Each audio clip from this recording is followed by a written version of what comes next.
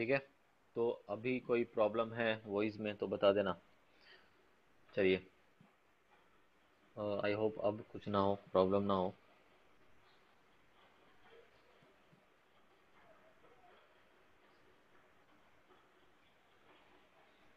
Okay, सो हम discuss कर रहे थे हाफ फील्ड और फुली फील्ड कॉन्फ़िगरेशन की। मैं बात कर रहा था, मैं नाइट्रोजन का एग्जांपल लिया मैंने। नाइट्रोजन के थ्रू मैं बताना चाह रहा था कि पहला इलेक्ट्रॉन ऐड करना हमेशा एक्सोथर्मिक नहीं होता है, कभी कभी एंडोथर्मिक भी हो सकता है।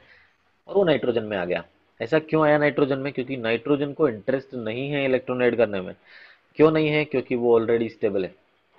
क्योंकि ऑलरेडी स्टेबल है, वो इलेक्ट्रॉन ऐड करना नहीं चाहता है, फिर भी आप जबरदस्ती इलेक्ट्रॉन ऐड कर रहे हो, मतलब आप एफर्ट लगा रहे हो, आपको एनर्जी देना पड़ेगा। ये एंडोथर्मिक है। ये एक एंडोथर्मिक है। अगर आप खुद सोचिए, डेल्टा एच, अगर इलेक्ट्रॉन गेन एंथैल्पी पॉजिटिव आता है, इसका मतलब क्या ये है कि जो इलेक्ट्रॉन एफिनिटी है वो नेगेटिव आएगा? बिल्कुल सही है, यही तो मतलब होता है, दोनों में पॉजिटिव नेगेटिव का ही तो रिलेशन होता है, तो नेगेटिव आ जाएगा। ऐसा नाइट्रोजन के साथ ही नहीं होता है। नोबल गैसेस जितनी भी है, अब नाइट्रोजन तो सिर्फ हाफ फील्ड ही था, अब नोबल गैसेस का सोचिए, वो तो फुल्ली फील्ड है।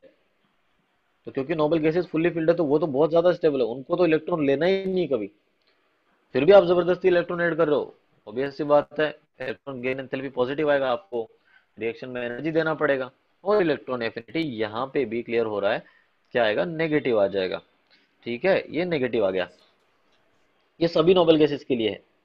ठीक है, चलिए। और जो थर्ड एग्जांपल आता है, उसको रिलेट कर रहा हूं मैं पेनिट्रेशन इफेक्ट से। अब इसका क्या मीनिंग है पेनिट्रेशन इफेक्ट का? देखो, ये जो एप्लीकेबल होता है, ये होता है second B, sorry second B नहीं, second A, second A group. Second A group क्या होता है? Alkaline earth metal. आप खुद सोचिए, मैंने सिर्फ बेरिलियम वाला एग्जांपल लिया। बेरिलियम का कॉन्फ़िगरेशन 1s2 2s2 है। अगर वो एक इलेक्ट्रॉन गेन करता है तो कॉन्फ़िगरेशन बन जाएगा 1s2 2s2 2p1। आप खुद सोचिए, दोनों कॉन्फ़िगरेशन में से ज्यादा स्टेबल कौन सा है? मुझे बेरिलियम लग रहा है, क्योंकि 1s भी फिल है, 2s भी फिल है। जैसे एक इलेक्ट्रॉन गेन करा, अब 2p में आ गया। अब 2p ना तो फुल्ली फिल्ड है ना हाफ फिल्ड है। इसका मतलब पहले बढ़िया था, वो पहले ज्यादा स्टेबल था, एक इलेक्ट्रॉन गेन करके वो स्टेबिलिटी उसकी कम हो रही है। तो क्यों करेगा वो? ऐसा क्यों चाहेगा? अपनी स्टेबिलिटी कम क्यों करना चाहेगा? कोई भी एलिमेंट, कोई भी कंपाउंड रिएक्शन तभी करता है जब उसको स्टेबिलिटी मिल रहा हो, नहीं तो नहीं। हमेशा हर एक रिएक्शन स्टेबिलिटी की तरफ जाता है। तो बेरिलियम में कोई इलेक्ट्रॉन ऐड करने में कोई इंटरेस्ट नहीं है, क्योंकि उससे उसकी स्टेबिलिटी कम हो जाती है। तो बेरिलियम ही नहीं, इस ग्रुप के जितने भी एल्कलाइन अर्थ मेटल है, उनको इलेक्ट्रॉन ऐड करने में कोई खास इंटरेस्ट नहीं है, क्योंकि उससे क्या होगा, आपको एनर्जी देना पड़ेगा। तो इलेक्ट्रॉन गेन एंथैल्पी यहाँ पे भी पॉजिटिव आएगा, और इलेक्ट्रॉन एफिनिटी यहाँ पे आ जाएगा नेगेटिव। ठीक है, चलिए, अब बता रहा हूँ कहाँ कहाँ पे इलेक्ट्रॉन गेन एंथैल्पी पॉजिटिव आता है। नोबल गैसेस में, एल्कलाइन अर्थ मेटल में, और सिर्फ नाइट्रोजन में। देखो मैंने क्या बोला, सिर्फ नाइट्रोजन, मैंने ये नहीं बोला नाइट्रोजन फैमिली। अब क्यों नाइट्रोजन बोला उसकी बात करूंगा मैं, टेंशन मत लो।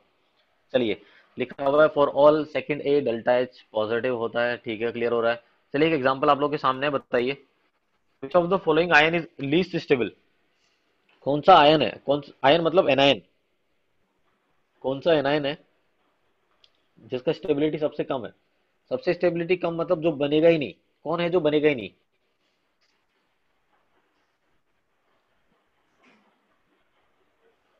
बताइए, सोच क्या रहे हो?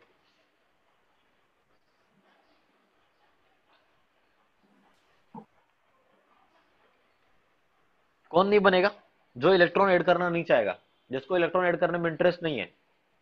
किस किस को नहीं है? नोबल गैसेस को नहीं है, एल्कलाइन अर्थ मेटल को नहीं है। तो नोबल गैस तो इसमें लिखा नहीं है। हाँ, एल्कलाइन अर्थ मेटल का एग्जांपल लिखा, बेरिलियम लिखा है, तो बेरिलियम को इलेक्ट्रॉन ऐड करने में कोई इंटरेस्ट नहीं है। तो बेरिलियम माइनस अगर आपने बना दिया जबरदस्ती इलेक्ट्रॉन ऐड करके, मतलब वो स्टेबल नहीं है, लीस्ट स्टेबल है, बी माइनस। ठीक है, चलिए। Sir, is there any problem? क्या हो रहा है बेटा? अभी भी वॉइस का इश्यू चल रहा है क्या? अभी भी वॉइस का इश्यू चल रहा है क्या? एक बार बताइए मुझे। नो सर, ठीक है, हाँ, आई थिंक नहीं होना चाहिए। अच्छा डिस्कनेक्ट हो गया, कोई डिस्कनेक्ट हो गया। रक्षिता, रक्षिता डिस्कनेक्ट। बेटा कुछ तो आपको, आपने तो पहले बोला कि आपका नेट ही स्लो है आज, तो आपको तो प्रॉब्लम आएगी ना। ठीक है, चलिए। देखो, परमिशन की जरूरत नहीं है।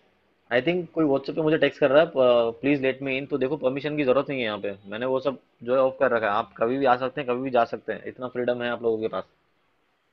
ठीक है, पर्सनली किसी को रिमूव नहीं किया मैंने। तो अगर आप कनेक्ट नहीं कर पा रहे हैं ना, तो उसमें कुछ प्रॉब्लम है, वो मैंने कुछ नहीं किया है। ठीक है, आई थिंक कनेक्ट हो गए आप, राइट। चलिए, तो अब हम बात करते हैं उन सब एक्सेप्शन की एक ही जगह। देखो नाइट्रोजन है, नोबल गैसेस हैं और सेकंड ए ग्रुप है। तीनों को एक साथ मैंने लिख दिया यहाँ पे, तीनों को एक साथ मैंने लिख दिया। तीनों के लिए इलेक्ट्रॉन गेन एंथैल्पी क्या होता है, पॉजिटिव होता है। और इलेक्ट्रॉन एफिनिटी क्या आता है, नेगेटिव आता है। यहाँ पे मैं साइन को मैं चेंज करना चाहूंगा, ये आता है नेगेटिव। ठीक है, चलिए, ये आता है नेगेटिव। बट ऐसा साइन लिखूंगा, नेगेटिव के नीचे ऐसा लिखा मैंने। नेगेटिव है, बट बहुत कम नेगेटिव है। मतलब जैसे -0.11 हो गया तो वो नियरली जीरो के आसपास ही है, बट है तो नेगेटिव ना, ये मैं बोलना चाह रहा हूँ। ठीक है, चलिए। अब बात ये आती है कि आपने एल्कलाइन अर्थ मेटल में सभी को लिया, आपने नोबल गैसेस में सभी को लिया, तो नाइट्रोजन फैमिली में सिर्फ नाइट्रोजन के लिए क्यों बोला सर? कि अगर नाइट्रोजन में इलेक्ट्रॉन ऐड करना मुश्किल है, तो फिर उसकी फैमिली में सभी में इलेक्ट्रॉन ऐड करना मुश्किल है, तो सभी के लिए इलेक्ट्रॉन गेन एंथैल्पी जो है वो पॉजिटिव आना चाहिए था। सिर्फ नाइट्रोजन क्यों लिखा आपने? तो उसका लॉजिक है, देखो उसका लॉजिक क्या है, उसको सुनो। नाइट्रोजन जो होता है, नाइट्रोजन जो होता है, उसके लिए इलेक्ट्रॉन गेन एंथैल्पी नेगेटिव आता है, उसके लिए इलेक्ट्रॉन गेन एंथैल्पी पॉजिटिव आता है, इलेक्ट्रॉन एफिनिटी नेगेटिव है, क्योंकि नाइट्रोजन का कॉन्फ़िगरेशन जो है 1s2 2s2 2p3 है। मतलब सेकंड शेल में एस में भी इलेक्ट्रॉन है, पी में भी है। सेकंड शेल में डी तो होता नहीं है, 2d तो होता नहीं है, मतलब इलेक्ट्रॉन हो गए। अब थर्ड शेल में जाना पड़ेगा, और थर्ड में की तो बात ही नहीं करते नाइट्रोजन के लिए। बट फॉस्फोरस के लिए आपको पता है कि फॉस्फोरस के लिए जो कॉन्फ़िगरेशन होता है वो 1s2 2s2 2p6 3s2 3p3। और आपको पता है 3 में डी भी होता है, तो 3d तो पूरा का पूरा खाली बचा हुआ है, पूरा पूरा खाली बचा हुआ है। सर। यस। सर मेरा इंटरनेट स्लो था तो मैं लेक्चर स्टार्टिंग से नहीं देख पाया। सर अभी आप कौन सा टॉपिक पढ़ा रहे हो? Electron affinity. ओके देख कोई सर। दिक्कत नहीं है, जितना हाँ, समझ रिकॉर्डिंग में आ रहा देखूंगा है। सर। हाँ, जितना समझ में आ रहा है समझिए, बाकी कोई टेंशन नहीं है, रिकॉर्डिंग मिल जाएगा। ठीक है, चलिए। तो देखो, नाइट्रोजन के अलावा जो भी एलिमेंट्स है, सिर्फ नाइट्रोजन एक ऐसा एलिमेंट है नाइट्रोजन फैमिली में जिसके पास कोई ऑर्बिटल खाली नहीं था।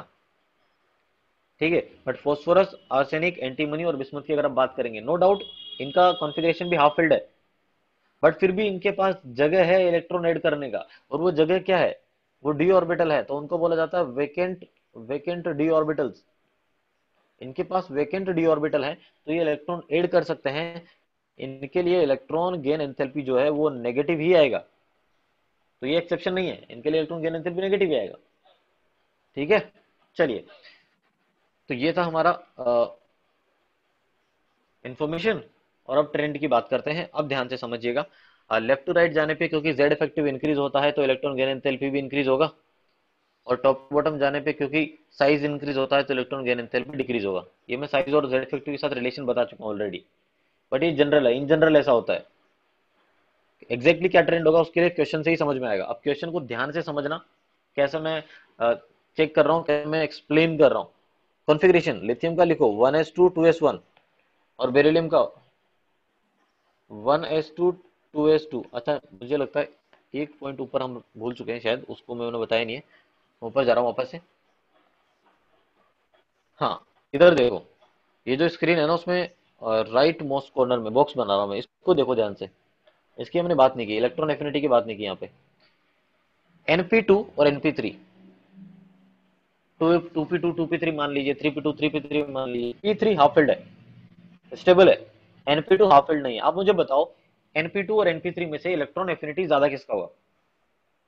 इलेक्ट्रॉन एफिनिटी ज्यादा उसका होगा जो जल्दी इलेक्ट्रॉन गेन करेगा। फिर से बोल रहा हूँ, जो जितना जल्दी इलेक्ट्रॉन गेन करेगा उसका इलेक्ट्रॉन एफिनिटी उतना ही ज्यादा होगा। अब बताओ किसका ज्यादा होगा? NP2 का। एग्जैक्टली, क्योंकि उसको एक इलेक्ट्रॉन ऐड करने के बाद बहुत फायदा मिल रहा है, वो P3 बन जाएगा, वो हाफ फील्ड बन जाएगा। तो Np2 जल्दी से इलेक्ट्रॉन गेन करेगा क्योंकि उसको स्टेबिलिटी मिल रहा है। अब बताओ NS1 और Np1 में ज्यादा किसका होगा? सर किसको NP1। Electron? N NS1। NP1। देखो NP1 जो है इलेक्ट्रॉन ऐड करके NP2 बन जाएगा। P2 में कुछ ना तो हाफ फील्ड है ना फुल्ली फील्ड है P2। और हाँ, H1 जो है अगर एक इलेक्ट्रॉन ऐड कर लेगा तो NS2 बन जाएगा और NS2 फुल्ली फील्ड होता है। समझ में आ रहा है? तो इसलिए आपको ये देखना है कौन कितना आसानी से इलेक्ट्रॉन ऐड करता है, बस वही देखना है।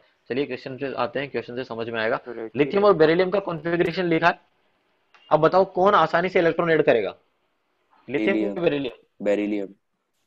बेरिलियम में बेटा 1s2 2s2 है, फुल्ली फिल्ड ऑलरेडी। और बेरिलियम तो लिथियम। एल्कलाइन अर्थ मेटल है ना, उसको तो लिथियम। सर इंटरेस्ट ही नहीं है लिथियम इलेक्ट्रॉन ऐड में। करने लिथियम। में। बिल्कुल, बिल्कुल सही बात है, लिथियम हो गया।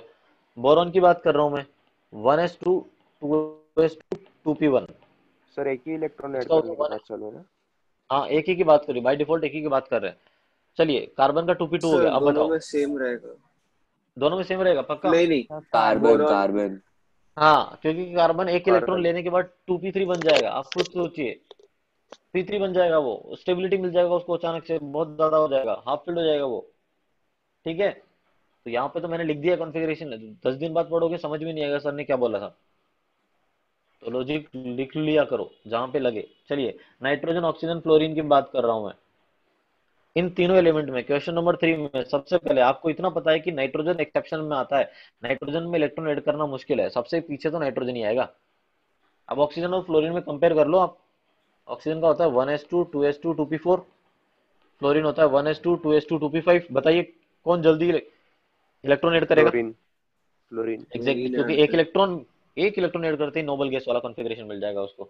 चलिए बढ़िया। सोडियम और मैग्नीशियम में बताइए, कॉन्फ़िगरेशन नहीं लिख रहा हूँ, आप खुद ही कॉन्फ़िगरेशन से बताओ चेक करके किसका मैग्नीशियम। इलेक्ट्रॉन। चलिए, मैग्नीशियम का क्यों ज्यादा होगा? लेफ्ट टू राइट इंक्रीज हो रहा है इसलिए? हाँ सर। नहीं बेटा, ऐसा कुछ लॉजिक नहीं है, मैंने फिर से बोला ऐसा कोई लॉजिक नहीं है। आप लोगों को कॉन्फ़िगरेशन से चेक करना पड़ेगा, मेहनत ही लगाना करना पड़ेगा। 3s1 3s2, sodium. बताओ, बताओ सोडियम। कौन इलेक्ट्रॉन S1 वाला 3s1 आसानी से, क्योंकि मैग्नीशियम तो एल्कलाइन अर्थ मेटल में आता है ना यार, जो एक्सेप्शन है उसको सबसे पीछे रखो पहले। चलिए, अब फिफ्थ एग्जांपल है, उसको थर्ड से रिलेट करो। सेम ही है, नाइट्रोजन के नीचे फॉस्फोरस है, ऑक्सीजन के नीचे सल्फर है, क्लोरीन के नीचे क्लोरीन है, तो जैसा वहां पे आया था सबसे बिल्कुल ज्यादा ऑर्डर वैसा ही आ क्लोरीन। जाएगा। बिल्कुल वैसा ही, टेंशन मतलब वैसा ही ऑर्डर आ गया। अब देखो, जितने भी 5 क्वेश्चन के उन सबको कंबाइन करके सेकंड पीरियड के सारे एलिमेंट मैंने लिख दिए। अब सेकंड पीरियड के एलिमेंट में ऑर्डर क्या होगा, सिर्फ ये हमें ध्यान रखना पड़ता है। अब देखना मैं बता रहा हूँ, एक्सेप्शन कहाँ कहाँ आता है? बेरिलियम पे, बेरिलियम जो है उसको इंटरेस्ट नहीं है इलेक्ट्रॉनेट करने पे, नाइट्रोजन को नहीं है और नोबल गैस को नहीं है, ये तीन ही तो होते हैं। बट इन तीन में भी पूछा जाए आपसे, आपको पता है कि इन तीनों को इंटरेस्ट नहीं है इलेक्ट्रॉनेट करने पे, फिर भी पूछा जाए कि इन तीनों में किसको बिल्कुल भी इंटरेस्ट नहीं है इलेक्ट्रॉनेट करने में, तो बताइए कौन होगा? Sir noble gas. Exactly, noble gases को बिल्कुल नहीं है, तो नोबल गैसेस में अगर आप इलेक्ट्रॉन ऐड करेंगे ना जबरदस्ती, तो आपको बहुत ही ज्यादा एनर्जी देना पड़ेगा। अगर सबसे कम इलेक्ट्रॉन एफिनिटी, इलेक्ट्रॉन के लिए एफिनिटी, इलेक्ट्रॉन को लेने के लिए, राइट, जो एफिनिटी है वो नियोन का सबसे कम होगा, क्योंकि वो तो चाहता ही नहीं है। अब बेरिलियम और नाइट्रोजन की बात कर रहे हैं। बेरिलियम का कॉन्फ़िगरेशन होता है 1s2 2s2, यार ये तो फुल्ली फिल्ड है। नाइट्रोजन तो 1s2 2s2 2p3, नाइट्रोजन तो हाफ फिल्ड है। तो फुल्ली फिल्ड और हाफ फिल्ड में कौन ज्यादा स्टेबल होता है? फुल्ली फिल्ड होता है। मतलब बेरिलियम और नाइट्रोजन में बेरिलियम को कोई खास इंटरेस्ट नहीं है इलेक्ट्रॉन ऐड करने में, और फिर नाइट्रोजन को। ये तीन एलिमेंट तो मैंने पहले लिखे, सबसे पीछे लिखे, ये तीनों सबसे पीछे थे। इन तीनों में भी एक ऑर्डर आएगा, जो ऑर्डर मैंने लिख दिया। अब बाकी एलिमेंट को मैं कैसे देख रहा हूँ, ध्यान से देखना।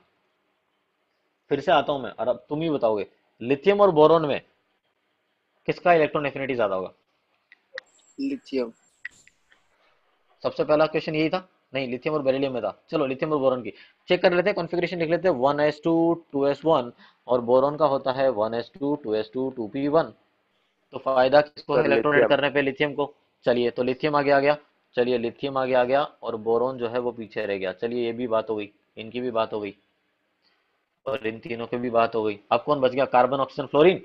और कार्बन ऑक्सीजन फ्लोरीन में नॉर्मल ट्रेंड चलेगा, आप चेक कर सकते हैं, कोई दिक्कत नहीं है, आप चेक करेंगे तो यही पाएंगे कि ऐसा होता है। बाकी जो कार्बन ऑक्सीजन फ्लोरीन बच गया, उसमें नॉर्मल लेफ्ट टू राइट जाने पे जेड इफेक्टिव बढ़ रहा है, इलेक्ट्रॉन एफिनिटी भी बढ़ेगा। ठीक है, तो ये एक ट्रेंड हो गया जो आपको ध्यान रखना है। मैंने किस हिसाब से बताया, सबसे पहले जो स्टार्टिंग के 3 केसेस हैं ये थे एक्सेप्शन वाले केसेस, तो वहां से बताया। लिथियम और बेरिलियम बोरॉन में मैंने बताया स्टेबिलिटी के हिसाब से बताया कि स्टेबल कौन है कौन नहीं होगा। और बाकी 3 में नॉर्मल ट्रेंड है कि इलेक्ट्रॉन एफिनिटी जो है वो जेड इफेक्टिव से इंक्रीज होता है। तो ठीक है, चलिए नाइट्रोजन का कम क्यों क्वेश्चन होगा नंबर सर? नाइट्रोजन बताया ना बेटा, इलेक्ट्रॉन एफिनिटी जो होता है सर ना हम वो नाइट्रोजन का।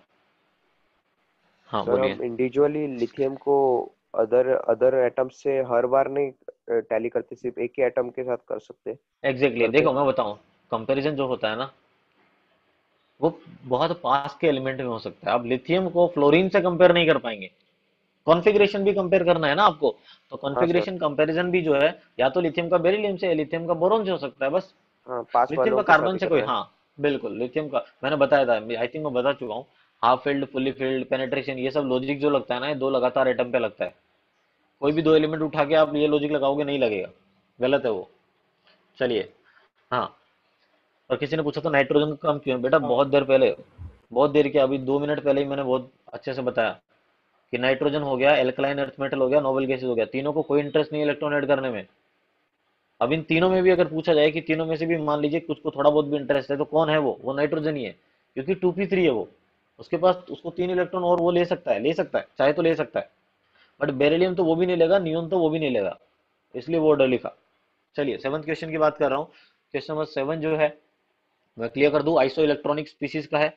आइसो इलेक्ट्रॉनिक स्पीसीज के लिए कैसे चेक करते हैं, सिंपल सा लॉजिक है, electron affinity proportional to Z effective. क्योंकि जेड इफेक्टिव इसका ज्यादा है तो इलेक्ट्रॉन एफिनिटी का ऑर्डर भी ये ज्यादा होगा, यहाँ पे कुछ नहीं चेक करना। नीचे वाले में भी इलेक्ट्रॉन एफिनिटी का ऑर्डर ऐसा होता है तो ये हो जाएगा। हाँ सबसे लास्ट वाले में बताओ, बोरॉन कार्बन नाइट्रोजन ऑक्सीजन में बताइए। आई थिंक ये सेकंड पीरियड के एलिमेंट है, इसके लिए जस्ट अभी हमने ऊपर एग्जांपल किया है, ये देखो क्वेश्चन नंबर 6 राइट। तो मैं डायरेक्टली लिख रहा हूँ यहाँ पे, बोरॉन कार्बन नाइट्रोजन ऑक्सीजन में क्या होता है, नाइट्रोजन का सबसे कम इंटरेस्ट होता है, फिर बोरॉन होता है, फिर कार्बन होता है, फिर ऑक्सीजन होता है। ये बता चुका हूँ ऑलरेडी मैं। वैसे अगर आप नाइन्थ को 10th से कंपेयर कीजिए तो देखिए बोरॉन के नीचे एल्यूमिनियम है, कार्बन के सिलिकॉन है, नाइट्रोजन का फॉस्फोरस है और ऑक्सीजन का सल्फर है। तो बिल्कुल वैसे ही अगर नाइट्रोजन यहाँ सबसे पीछे आया था तो यहाँ पे आया था फॉस्फोरस आएगा, बोरॉन आया था तो यहाँ पे एल्यूमिनियम आएगा, कार्बन आया था तो यहाँ पे सिलिकॉन आएगा, और अगर ऑक्सीजन आया है तो यहाँ पे सल्फर आएगा। ये हो गया हमारा काम। ठीक है, चलिए। तो आई होप यहाँ तक आपको समझ में आया। हमने अभी तक सिर्फ पीरियड्स की बात की है, लेफ्ट टू राइट जाने पे क्या क्या होता है। अभी तक हमारा कोई भी डिस्कशन जो है ग्रुप पे नहीं हुआ है, अब ग्रुप की मैं बात करूंगा और अब फिर से एक्सेप्शन आएगा। तो अब तक आई थिंक जितना भी था क्लियर हुआ है। आपका टारगेट हमेशा यही होना चाहिए कि कौन जो है आसानी से इलेक्ट्रॉन ले रहा है, जो जितना आसानी से इलेक्ट्रॉन लेगा उसका इलेक्ट्रॉन एफिनिटी उतना ज्यादा होगा। यहाँ तक कोई प्रॉब्लम किसी को पूछिए फिर मैं आगे चलूँ।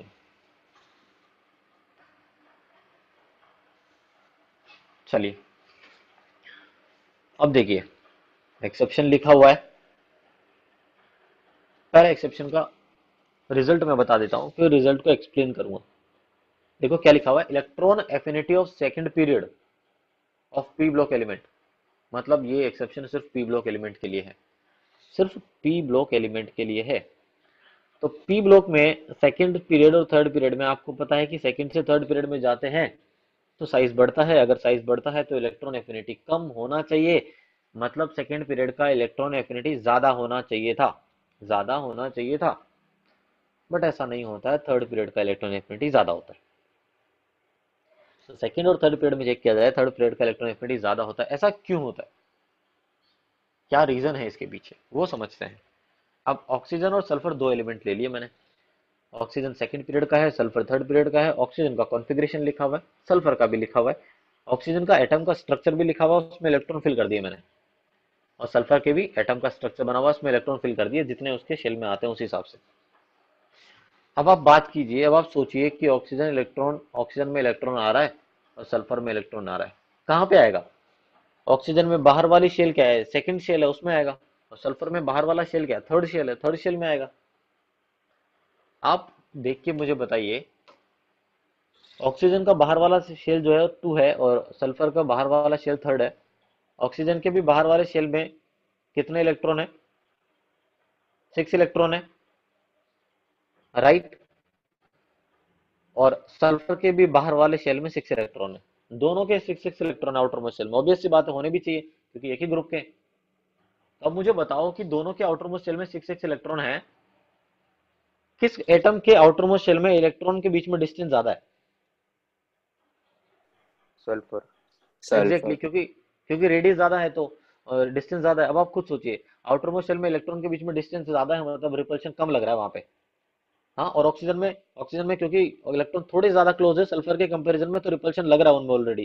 तो आप खुद सोचिए, ऑक्सीजन में 6 इलेक्ट्रॉन है, उसी में रिपल्शन लग रहा है। आप एक और इलेक्ट्रॉन ऐड करना चाहते हो, सातवां इलेक्ट्रॉन। सातवां इलेक्ट्रॉन ऐड करोगे तो डिस्टेंस पहले से भी कम हो जाएगा, और पहले से कम हो गया तो रिपल्शन अब पहले से ज्यादा बढ़ जाएगा। क्या ऐसा ऑक्सीजन चाहेगा कि उसके सिस्टम में, उसके कॉन्फ़िगरेशन में रिपल्शन बढ़ जाए? ऐसा चाहेगा? नहीं। ऑक्सीजन ऐसा नहीं चाहता कि रिपल्शन बढ़े, मतलब उसका टेंडेंसी इलेक्ट्रॉन गेन करने का कम है। क्यों? क्योंकि रिपल्शन इंक्रीज होने वाला है इलेक्ट्रॉन ऐड करने के बाद। बट सल्फर के सीन में ऐसा नहीं है, सल्फर कंफर्टेबल है, वो इलेक्ट्रॉन आसानी से ऐड करेगा। और सल्फर अगर आसानी से इलेक्ट्रॉन ऐड कर रहा है बेटा, तो उसका इलेक्ट्रॉन एफिनिटी जो है वो ज्यादा होगा कंपेयर टू सेकेंड पीरियड। ठीक है, चलिए। तो ये समझ में आ रहा है आप लोगों को? सर ऐसे तो देखो फिर फोर्थ और थर्ड पीरियड के लिए भी होना चाहिए था ना। बेटा, देखो जेड इफेक्टिव भी कुछ होता है, राइट? जेड इफेक्टिव नाम की कुछ चीज होती है, शायद आपको पता होगा, राइट? हाँ अब आप सर। बड़े साइज के एटम पे चले जाओगे, वो उसका जेड इफेक्टिव नहीं है, तो वो कैसे इलेक्ट्रॉन को गेन करेगा? आप खुद सोचिए, राइट? ओके फिर सर, से मैं हाँ बोल रहा सर। हूँ, कोई जनरलाइज नहीं करेगा किसी भी पॉइंट को ना। हाँ, चलिए। अब देखो, फ्लोरीन और ऑक्सीजन और सल्फर की बात कर रहा था। लेफ्ट में ऑक्सीजन था तो लिखा हुआ है new incoming electron enters into smaller 2p subshell. Obvious सी बात है, 2p में इलेक्ट्रॉन जाएगा। That has high electron density. High electron density मतलब एक छोटे से साइज में बहुत सारे इलेक्ट्रॉन है। ऑब्वियस सी बात है, हाई इलेक्ट्रॉन डेंसिटी है, तो इतना इलेक्ट्रॉन डेंसिटी की इनकमिंग इलेक्ट्रॉन जो आ रहा है, जो इलेक्ट्रॉन बाहर से आ रहा है, उसको रिपल्शन फील होगा, तो वो नहीं आएगा। इलेक्ट्रॉन एटम इलेक्ट्रॉन ऐड नहीं करेगा। बट अगर आप एस के लिए बात करेंगे, सल्फर के लिए, तो जो इनकमिंग इलेक्ट्रॉन है उसको उतना रिपल्शन फील नहीं होगा, तो जो सल्फर है वो इलेक्ट्रॉन ऐड कर लेगा। ठीक है, चलिए। तो आपके सामने एग्जांपल लिखे हुए हैं। अब बोरोन सेकंड पीरियड का है, एल्यूमिनियम वाला जो है थर्ड पीरियड का है। तो बोरोन और एल्यूमिनियम में आपको क्लियर होना चाहिए, एल्यूमिनियम का ज्यादा होगा, कार्बन सिलिकॉन में सिलिकॉन का ज्यादा होगा, फॉस्फोरस का ज्यादा होगा, सल्फर का ज्यादा होगा, फ्लोरीन का ज्यादा होगा। ठीक है, एक्सप्लेनेशन ऑलरेडी दे चुका हूं मैं, सर तो डायगोनली कोई नहीं कंफ्यूजन देखा नहीं सर। होना चाहिए। नहीं, डायगोनली, हाँ सर। डायगोनली चेक कर रहे हो ना, तो साइज से चेक करना पड़ेगा हमेशा। और जिसका साइज कम, उसका इलेक्ट्रॉन एफिनिटी ज्यादा। ठीक है, टेंशन मत लीजिए, क्वेश्चन है वैसे भी मिलेंगे, वैसे भी क्वेश्चन हैं आपके पास, सब टाइप के क्वेश्चन हम सॉल्व करेंगे, अभी आप टेंशन ना ले। चलिए, मैं बात कर रहा था इलेक्ट्रॉन एफिनिटी के ना, कुछ क्वेश्चंस की बात कर लेते हैं। अब 1 मिनट रुकिएगा तुम लोग।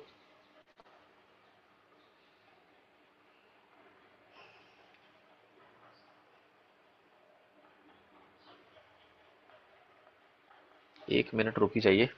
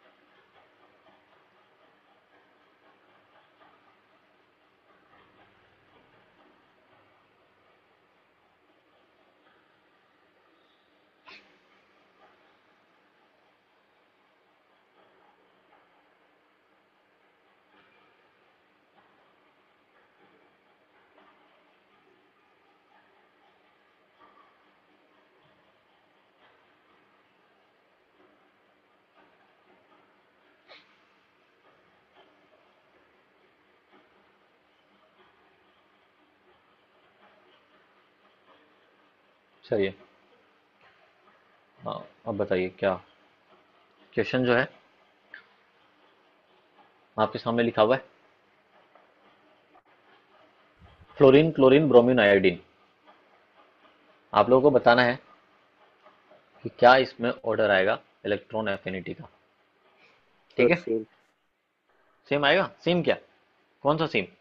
मतलब नीचे की तरफ एरो। हाँ, नीचे की तरफ एरो, बस। ये हो गया कि फ्लोरीन से क्लोरीन बढ़ गया, बाकी बढ़ जाएगा बाद में, बाकी कम होगा बाद में। सिर्फ फ्लोरीन से क्लोरीन पे ही बढ़ा, बाकी बाद में कम ही होगा। सिर्फ फ्लोरीन से क्लोरीन पे क्यों बढ़ा? अभी लॉजिक बताया, एक्सेप्शन बताया, सेकंड और थर्ड पीरियड। अच्छा, एक्सेप्शन नहीं पढ़ते तो क्या होता? आपको पता है कि टॉप टू बॉटम जाने पे साइज बढ़ता है, मतलब इलेक्ट्रॉन एफिनिटी कम होना चाहिए, तो फ्लोरीन का सबसे ज्यादा होता, धीरे धीरे कम होता। बट एक्सेप्शन जो है वो पता चला कि सेकंड से थर्ड में इंक्रीज होता है, तो मतलब सिर्फ सेकंड से थर्ड में इंक्रीज होता है, बाकी तो डिक्रीज होगा। तो फ्लोरीन से क्लोरीन में बढ़ गया, बाकी फिर उसके बाद कम हो गया। तो आपको पता है कि क्लोरीन तो सबसे ज्यादा आ गया, उसके बाद फ्लोरीन हो गया, ब्रोमीन होगा, तो उसके लिए ऑर्डर आपको पता ही रखना पड़ेगा। फ्लोरीन आता है, फिर ब्रोमीन आता है, फिर आयोडीन आता है। तो आप ध्यान से देखिए, क्लोरीन का इलेक्ट्रॉन एफिनिटी ज्यादा मिला फ्लोरीन से, ये फर्स्ट क्वेश्चन है। सेकंड में बात कर रहा हूं मैं, ऑक्सीजन की बात कर रहा हूं। ऑक्सीजन से सल्फर में इंक्रीज होगा, फिर डिक्रीज होता रहेगा। ठीक है, अब यहाँ पे भी ऑर्डर पता होना चाहिए, नहीं बता सकते। हाँ, इतना पता है सल्फर सबसे ज्यादा होगा, बट आपको यहाँ पे ध्यान रखना है कि उसके बाद ऑर्डर क्या आता है। फिर सेलेनियम आता है, फिर टेलुरियम आता है, फिर पोलोनियम आता है, ऑक्सीजन सबसे लास्ट में चले जाता है। ये सब एक्सपेरिमेंटल वैल्यू से पता चला, अब इतना ध्यान रखना है। ऑक्सीजन फैमिली में सबसे इंपॉर्टेंट है, ध्यान रखना। मैं फिर से बोल रहा हूँ, बहुत अच्छा क्वेश्चन है ये। ऑक्सीजन का इलेक्ट्रॉन एफिनिटी सबसे कम होता है अपने अपने ग्रुप में। नाइट्रोजन की बात कर रहे हैं, जितना लॉजिक हमें पता है उस हिसाब से आप इतना जरूर बता सकते हैं कि यार नाइट्रोजन से फॉस्फोरस पे अगर मैं जा रहा हूं ना, तो बढ़ना चाहिए। बिल्कुल सही बात है, कोई दिक्कत नहीं है, नॉर्मल लॉजिक लगेगा। तो नाइट्रोजन से फॉस्फोरस पे बढ़ा होगा, उसके बाद कम होना चाहिए। ठीक है यार, कम हुआ होगा। क्लियर हुआ है? तो यहाँ पे आप सिर्फ ये ऑर्डर ध्यान रखिए, काफी है।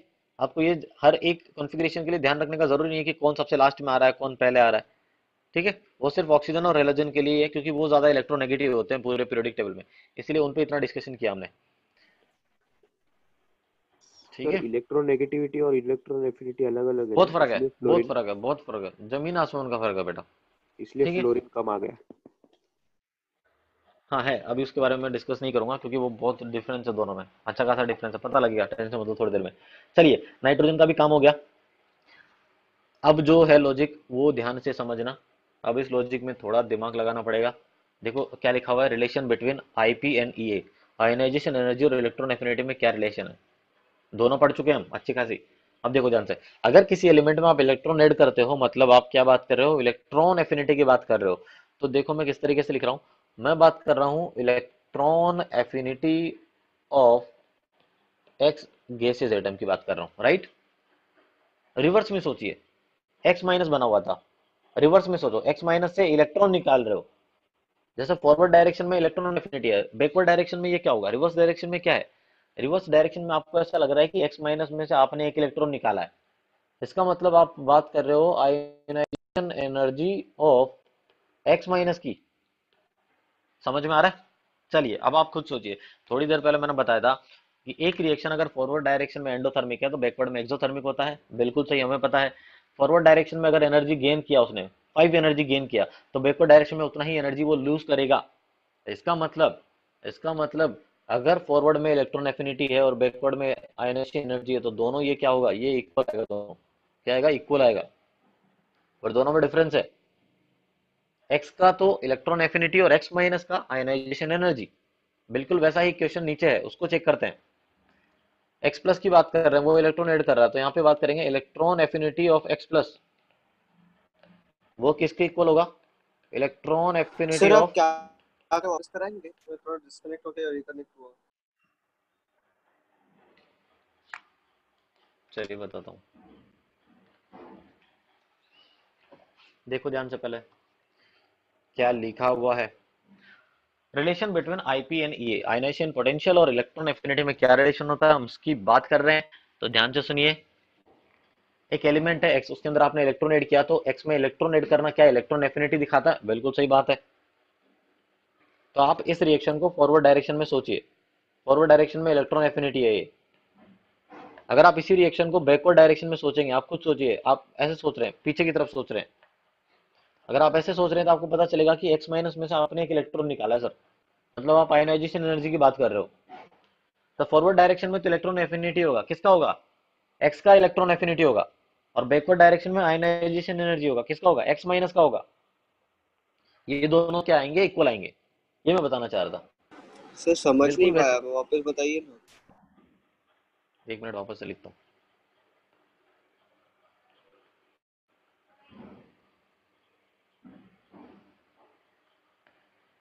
फॉरवर्ड डायरेक्शन में एक्स जो है उसमें इलेक्ट्रॉन ऐड हो रहा है, मतलब एक्स के लिए आप इलेक्ट्रॉन ऐड करने की बात हो रही है, मतलब क्या इसकी बात हो रही है, इलेक्ट्रॉन एफिनिटी की। तो इलेक्ट्रॉन एफिनिटी किसका, एक्स का, क्योंकि उसी में आप इलेक्ट्रॉन ऐड कर रहे हो। ठीक है, उल्टा सोचो, बैकवर्ड डायरेक्शन में सोचो, इधर से इधर सोचो, ऐसा पता चल रहा है कि x माइनस में से आपने एक इलेक्ट्रॉन निकाला है। इलेक्ट्रॉन निकाला मतलब आयोनाइजेशन एनर्जी की बात कर रहे हो आप। किसकी आयोनाइजेशन एनर्जी? आयोनाइजेशन एनर्जी किसका? x माइनस का, क्योंकि x माइनस में से इलेक्ट्रॉन निकाल रहे हो। ये दोनों इक्वल आएगा, ये मैं बताना चाह रहा हूँ, ये दोनों इक्वल होगा। क्यों होगा? क्योंकि फॉरवर्ड डायरेक्शन में जितना एनर्जी आपने गेन किया, बैकवर्ड डायरेक्शन में उतना ही एनर्जी आपको लूज करना पड़ेगा, एनर्जी कंजर्वेशन। बाकी एनर्जी जाएगा कहाँ पे? ठीक है, तो ये हो गया। वैसे ही नीचे वाले को वापस से लिखता हूं। फॉरवर्ड डायरेक्शन में किसकी बात कर रहे हो? एक्स प्लस की। एक्स प्लस इलेक्ट्रॉन गेन कर रहा है, तो आप बोलोगे electron affinity of x plus, क्योंकि वो इलेक्ट्रॉन उसमें ऐड हो रहा है। और बैकवर्ड डायरेक्शन में आप बात करेंगे आयोनाइजेशन एनर्जी की। क्या बोलोगे? Ionization energy of X gases. दोनों क्या होगा? इक्वल होगा। क्यों इक्वल होगा? बिल्कुल वही पता है, फॉरवर्ड में जितना एंडो है बैकवर्ड में उतना ही एक्सो होगा। Sir simple. आपको ठीक है, प्रोपोर्शनल बोलना है क्या? नहीं इक्वल है बेटा, प्रोपोर्शनल नहीं है, इक्वल है। मतलब उनकी वैल्यूज अगर इसकी वैल्यू अगर वन एग्जैक्टली, जूल होगी। एग्जैक्टली, एग्जैक्टली सेम है बेटा। थोड़ी देर पहले क्या बताया था मैंने? सबसे पहले इलेक्ट्रॉन एफिनिटी पढ़ाया था, तब मैंने बताया था पी से क्यू अगर एक्स है तो क्यू से पी माइनस एक्स होगा। लिखाया था कि नहीं? तो हर एक पॉइंट का लॉजिक है, कुछ भी फालतू नहीं लिखा है मैंने। मैंने पहले बोला था कि अगर फॉरवर्ड में एंडो है तो बैकवर्ड में एक्सो होगा। खुद सोचिए, फॉरवर्ड रिएक्शन में जितना एनर्जी आपने दिया, बैकवर्ड में उतना ही एनर्जी रिलीज होना चाहिए ना। तो एनर्जी जाएगा कहाँ पे? नहीं तो एनर्जी तो कंजर्व रहता है। तो वही है, दोनों तो एनर्जी है, इलेक्ट्रॉन एफिनिटी भी एनर्जी है, आयोनाइजेशन एनर्जी भी एक एनर्जी है। हाँ, एक रिलीज एनर्जी है, गेन एनर्जी है, आपको पता है। समझ में आ रहा है? चलिए, ये बहुत इंपॉर्टेंट है और ये बहुत ही, इसमें क्वेश्चन बहुत ही अच्छे बनते हैं। ठीक है, उसकी बात करेंगे हम, इसकी भी बात करेंगे, टेंशन मत लीजिए। चलिए एक मिनट रुकिए, उससे पहले हम डी ब्लॉक एलिमेंट की बात कर रहे थे। और डी ब्लॉक एलिमेंट में देखो, हम एस और पी ब्लॉक एलिमेंट की जनरली बात करते हैं। डी ब्लॉक एलिमेंट के लिए तो आपको एक तरीके से मैं बोलूंगा कि इन्फॉर्मेशन ही है, आपको ध्यान ही रखना है, बट फिर भी थोड़ा लॉजिक तो रहता ही है, राइट? एक मिनट रुकना प्लीज।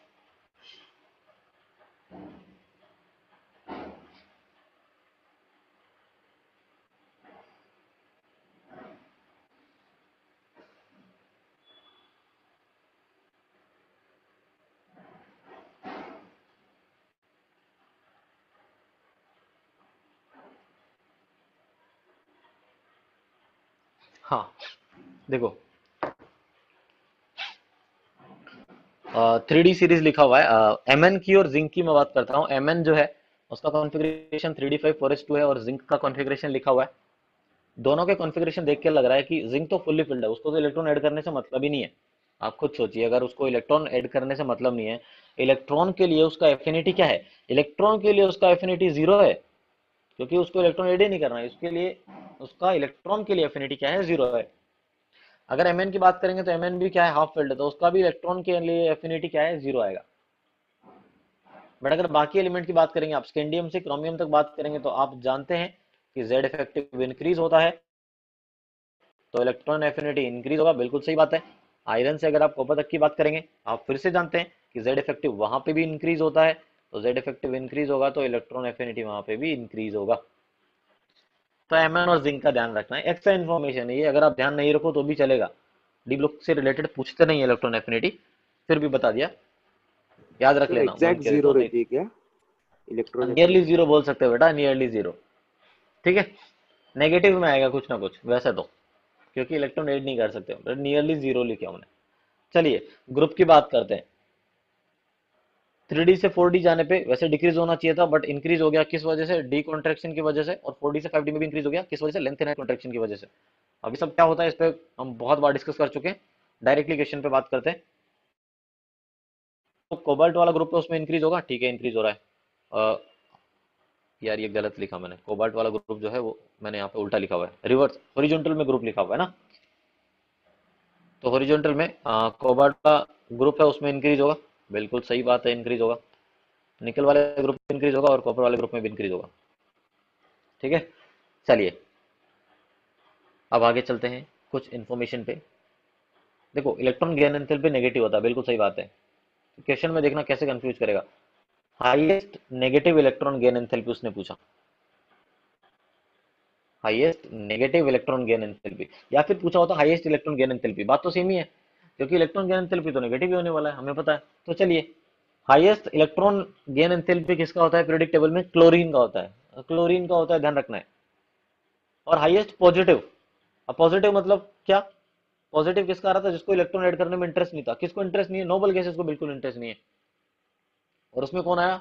नियोन आया सबसे पहले। तो highest negative electron gain enthalpy chlorine का होगा और highest positive electron gain enthalpy neon का होगा, ठीक है।